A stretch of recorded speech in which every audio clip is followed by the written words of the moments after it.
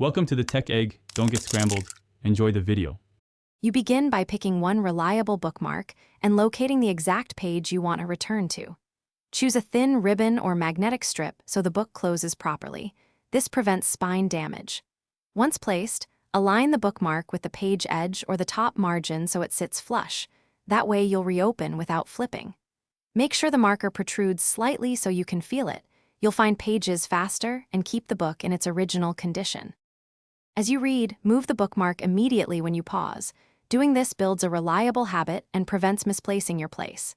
If you're juggling sections, use different colors or small tabs to signal themes or priority. This saves time when you return. Once done on a page, check that the marker sits straight and isn't catching other leaves, because misalignment can crease pages.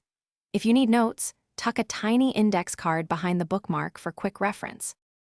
When you finish a reading session, close the book gently with the bookmark inside and store it upright. This preserves the spine and keeps your place. If the marker slips, add a small paperclip or a bit of removable tape to improve traction.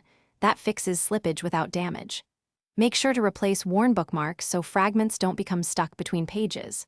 Finally, if pages still catch, remove the marker and reinsert it more carefully to prevent tears. Thanks for watching. Consider subscribing if I helped unscramble your problems.